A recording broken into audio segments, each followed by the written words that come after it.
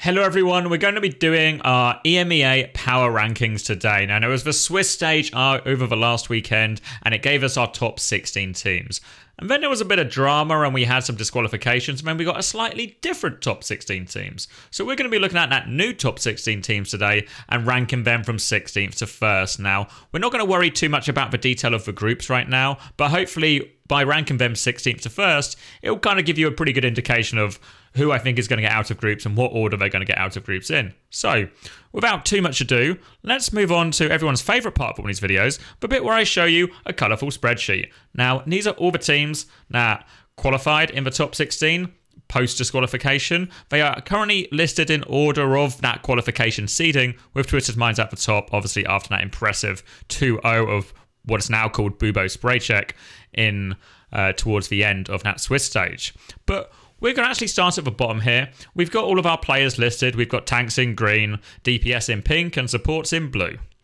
So, we're going to have a little bit of a problem starting at the bottom, obviously, because no disrespect to any of the players, of course, but these are players that myself and I imagine a lot of you are a little bit less familiar with. So, we might just have to start putting them in order. So, I think initially, maybe these bottom two teams, I look at them and I think, well, these are two of the teams that gained essentially from the disqualifications and got bumped up a couple of spots. Not overly familiar with any of their players. Obviously, it's possible that Rod FD is in somehow related to FD God, which might indeed maybe lock in that EF Flexodiax will indeed be above A Square Tengu. And honestly, that seems like good enough reasoning for me at this point. As we move up the standings, I think putting Bingus ahead of these teams seems pretty reasonable to me. One, Bingus is a lot more fun to say than the other names of these teams. Secondly, Helmer Drake, he follows me on Twitch. And if you want to get top 16 in OWCS, if you follow me on Twitch, it will definitely happen for you. Definitely happen for you. So you can go to that link above, maybe up here somewhere, and follow me on Twitch. We'll be doing co-streams of all of the action as it happens, both in Korea and Europe, and maybe a little bit of America too. But for me, that's enough to convince me Bingus should be top of this sort of bottom pile. The other team, Selters, also falls into this category of I'm not overly familiar with any of their players, but they do have a player called Kai41 who plays DPS. And I also know a player called Kai who plays DPS, and he's pretty damn good. So on that basis, I think it's reasonable to expect that Kai41, I don't know what 41 means, presumably his age, will also be very good. He's also from Kazakhstan, so he's Kazakhstan Kai. That's fun to say. He's got the name of a good player. He's got a 41 in his name. So Kazakhstan Kai 41, KK41. Happy to put Selters and his team well above the top of these sort of like lesser known teams. So happy with that so far. And then we get into the sort of next tier, I guess, of teams where we see a lot of former contenders players, maybe sprinkled with a little bit of Overwatch League players as well. And I think for the most part, maybe the team I'm least convinced about is maybe Aoma Esports. I think, wow, there's some players that we recognise from the World Cup here in terms of Oli and Avo. I think ultimately Avo's maybe their best player, but isn't necessarily going to be playing his best role. Maybe doesn't suit them all this much in this meta. So I expect Aoma maybe not to go too far at all in this tournament.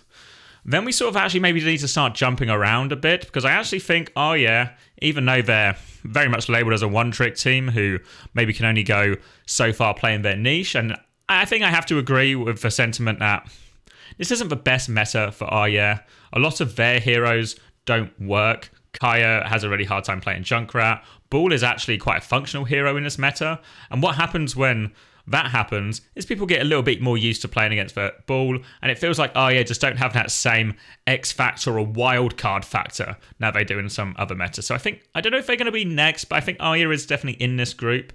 I think maybe the team I have the least faith in right now on the surface might actually be New Age. I think obviously Sharp was well renowned as a tracer, but that was several years ago when we had Punk on Uncoachable. We talked about how Sharp was actually quite a smart tracer, but was unfortunately just not able to keep up mechanically with the sort of new standard and the tracers of today. As we look across the rest of the team, I think we probably start to now need to consider teams like Sheer Cold and Quick Esports entering this next category. I think for me, it will have to be Let me make sure I get this right. I think I'm going to go sheer cold first. So in 10th spot. And then, oh yeah, just above them. Is that right? Am I happy with that? Yeah, I think while it's not a particularly strong meta for Arya, I think they still get to play Chasm on ball, and it's a good meta for him. Their support line still looks fine for this meta. And ultimately, with sheer cold, a lot of these players, I mean, to be fair, I'm not as familiar with some of these players, so it's hard for me to have initial faith in them until, obviously, I might be proven wrong. Happy to be proven wrong as well. But then I think we enter the category where I think Quick Esports then sit above all of these teams. I think Quick Esports have probably the most experienced roster and most well-known names. Obviously, they have Shax, who's going to get to play Tracer, and Tracer's really good, so that's always a big boost. If Shax can really reach his old levels, he's actually one of the best Tracers in Europe. So if he can hit that level, or even summon that level, I think he could really push up this team up the rankings. After that, we probably get into this category where we have teams like Team Peps and Left Right Goodnight. Now, both of these teams have problem situations, essentially. Team Peps are trying to work around missing Ben Best at the moment. Obviously, he's had a family issue, so hopefully that will work out as well as it can, and we'll be able to see Ben return to competition soon. But without Ben, it leaves Peps with a bit of an awkward hole, whether they keep using Poco, whether they try and use this free DPS roster to try and fill the gap exactly, like maybe one of their DPS can play Doom. I think we've seen Hybrid on stream showing a little bit of Doomfist. Doesn't feel optimal, and obviously very much weakens Pep's strengths in this tournament. So I think there's probably like a different answer based on what version of this roster we got. But with Ben back, I think they'll do pretty well, but I'm still not sure if they'll actually beat Left Right Goodnight, because when we look at this current patch, I think there's a big difference when I look at some of the heroes that Left Right Goodnight are going to have to play. Wamone's going to have to play some Tracer. He might have to play some Echo. His two best heroes. We're going to see Gala on Kiri, Admiral on Lucio. Wow, everyone's on their best heroes. Lethal might have to play a bit more hit scan, so maybe they lead more to the Sojourn side of things. But I think actually Ariel, if I spell his name correctly, seems like the respectful thing to do. I think Ariel is actually a very solid tank, gives him a lot of options. So the biggest problem for Left Right Goodnight is much more they're going to be on ping. They're playing from the East Coast, and they'll be playing on a raised ping as such. But when I look at the Team Peps roster, let's say things go as well as they can for Peps. Ben Best able to return, they're able to play their full strength roster. Echo Tracer looks quite reasonable for this team, but then what does Ben play in that? Do they make Ram work with it? It seems a little bit counterintuitive, maybe that we can have an Echo player, a Tracer player, a Kiri player, and a Lucio player, all playing heroes we're pretty competent on, but then we're putting Ben potentially on Doomfist, which is not one of his strengths. Feels like this meta doesn't quite line up as nicely for Peps as we might hope, which means I think I'm going to have to come in and put Peps in 7th place. And Left Right Goodnight, I think just above that.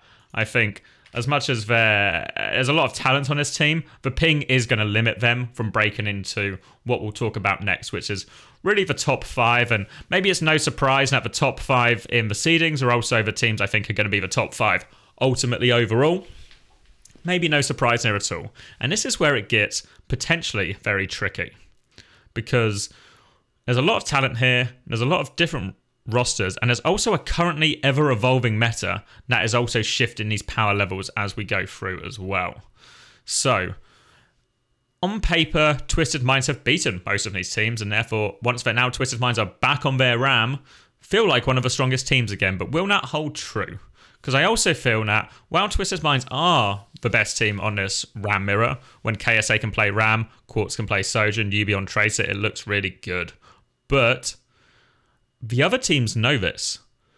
Do I really think X-Oblivion, SSG, Spray Check and Rock? Maybe Rock will, but are these teams really going to sit there and think the best way for us to beat Twisted Minds is with a RAM mirror? Because the answer has to be no. I think Twisted Minds swapped in that comp during the Swiss stage, and they just went 9-0. As soon as they ran into problems in some of the later rounds, start going RAM, we start winning again. And if you reach that level that quickly on that comp, well, it's a big problem for everyone else. But how good do I think Twisted Minds and Ven are adapting at what teams like especially Spraycheck and SSG might throw at them, or even Oblivion as well? That's when it becomes a little bit messy. I think of all the teams, Rock Esports are probably the most predictable in terms of the comps they'll play. And I think, again, we factor in they've maybe had the least time together out of a lot of these other, or at least the cores of a lot of these other teams. Now, actually, maybe I think Rock Esports fall just outside of this. Then it gets tricky. I really like the Oblivion team on paper. I think it has a lot of options. I think when we look at their ability to have Chase be really good at Doom and really good at Ram, is super unique. Nobody else in Europe has this option. Also, with Shockwave and Cloudin, they can actually swap between playing Tracer Echo or Tracer Hitscan as well. And then I think Kaneo was actually one of the more promising flex supports in Europe as well. Not got the same maybe experience as obviously people like Izzyaki, Landon, Crimzo, or even Sky. But I think he's actually one of the more talented ones, and especially if he's going to be playing a lot of Kiri or Moira, both heroes that are really strong for him. So I think it suits him, and likewise we get to keep Crispy on Lucio. So I'm actually quite hot on EXO right now. But the problem is there's a lot of strong teams above him. And especially when I look at SSG and I see this edition of Psycho, I think shifts their power level in this meta quite a lot. As much as Backbone's always been a central part of a team and influential in their thinking about the game and their understanding, ultimately, in this sort of Tracer Echo meta, you need players who can excel at it. We see how dangerous M80 look in America, now they have Pelican and Spectra. Likewise, Stalker and Proper in Korea. You just have these really powerful duos on Tracer and Echo, you can do a lot. And I think Psycho adds a real big upgrade for SSG on that side. Likewise, I think they've been playing a lot more of the dive, so maybe when it comes to some of the bigger teams like Twisted Minds, they might be able to throw a wild card. In a weird way, I think there might be a situation where Space Station Gaming and Oblivion are actually better suited to play some sort of dive into Twisted Minds, and there's maybe this sort of weird thing where Space Station XO might actually be more likely to beat Twisted Minds than Spraycheck would be, because they can swap to the dive type compositions more easily and more competently. But Spraycheck would be more likely to beat EXO and Space Station, because right now it seems like they're the best team at dealing with dive. So how do I factor all these things in? It's tricky. It's really tricky. But I think ultimately I'm going to lean on the recent results. I think Oblivion maybe come in this 4th place spot. So Oblivion in 4th, and I've also realised there was an extra number in my list of numbers 1 to 16. You don't normally list for number 5 twice, which is why the teams and numbers didn't seem like they were quite adding up. But I've fixed it now. I've pulled it out of a bag, and we can get to the top 3.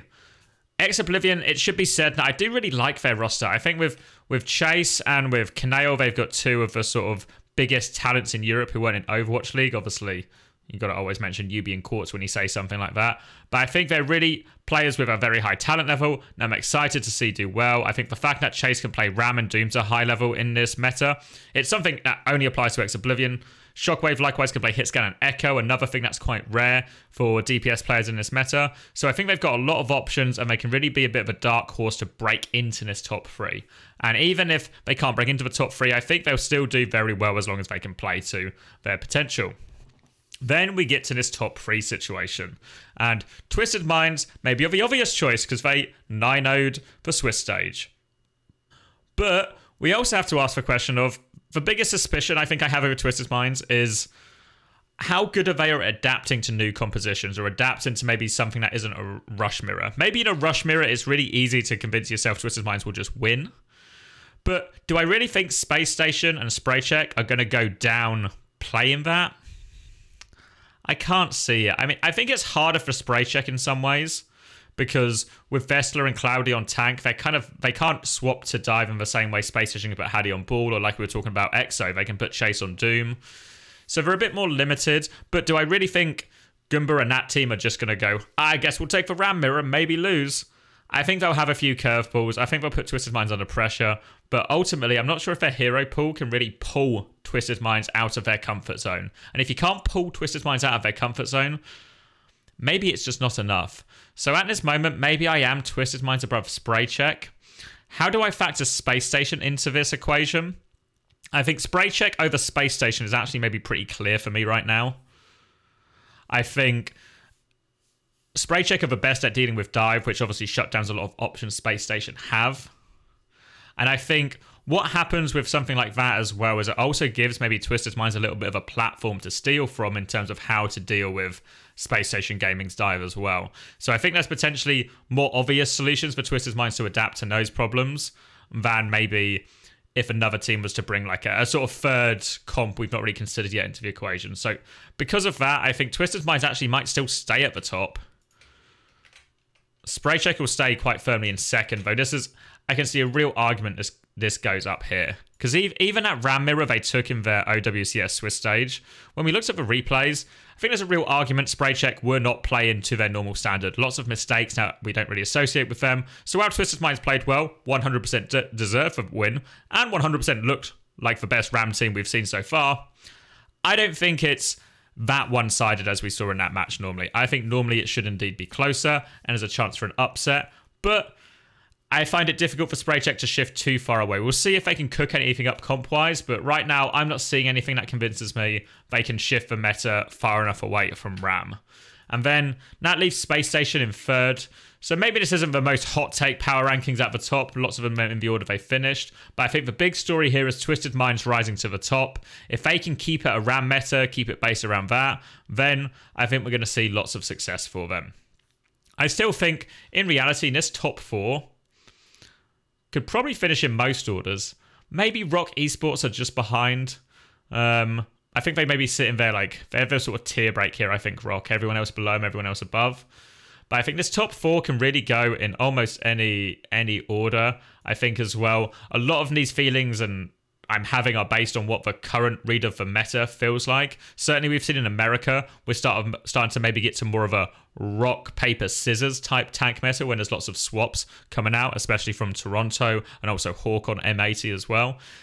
And if it shifts in that direction, who does the meta really prefer? Maybe not someone like KSA, maybe not someone like Vestler. Maybe people like Haddy and Chase actually have a bit more variety in their hero pool and can benefit from that system a little bit more. But maybe some of these heroes also don't suit those players. We see a lot of Diva coming out, for example, and that's obviously a hero that's not particularly good for Haddy or Chase. But for someone like Vestler, someone like TVNT, someone like KSA, this is a dream hero to become available. So there's a lot to be figured out still in terms of what compositions we actually see once we get to match time. But for now, I'm locking it in. Those are my power rankings. Obviously, everyone let me know your opinions as well. The nature of power rankings is there's a lot of variables. There's a lot of things that can be different. So let me know your power rankings or let me know which ones you agree with, don't disagree with in the comments below. Be sure to like and subscribe and all of that. And if you want to watch my live coverage of the OWCS EMEA, you can follow me, probably over there, right, on Twitch. I'll be covering them all live. We'll be following them along and seeing if my power rankings hold up at all. Thank you for watching, everyone, and I'll see you in the next one.